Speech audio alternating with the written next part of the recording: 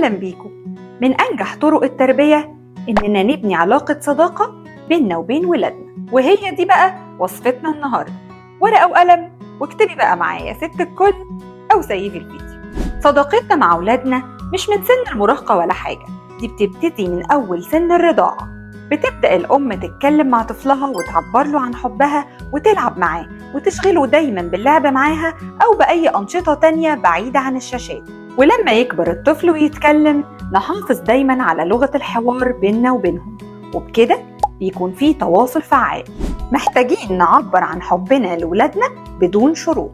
لو ما سمعتيش الكلام ماما مش هتحبك خالص. يلا خلص أكلك علشان أحبك، ومربوطش حبي ليه بتصرفاته، ووصل له دايما رسالة ماما بتحبك في كل أحوالك.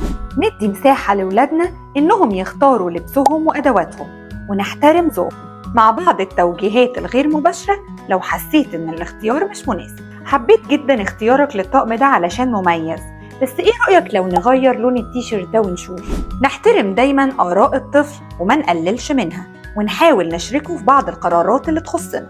لو جه ابني في يوم وقال لي ماما أنا عايز أعترف لك بحاجة أنا عملتها، لازم أديله الأمان وأحييه على شجاعته وصراحته، وأبعد عن التعنيف، وأبدأ أفهم منه إيه السبب اللي خلاه يعمل كده، ونبدأ نفكر مع بعض في حلول. وده طبعا علشان يتشجع دايما ويحكي لي، وما بقاش أنا آخر من يعلم.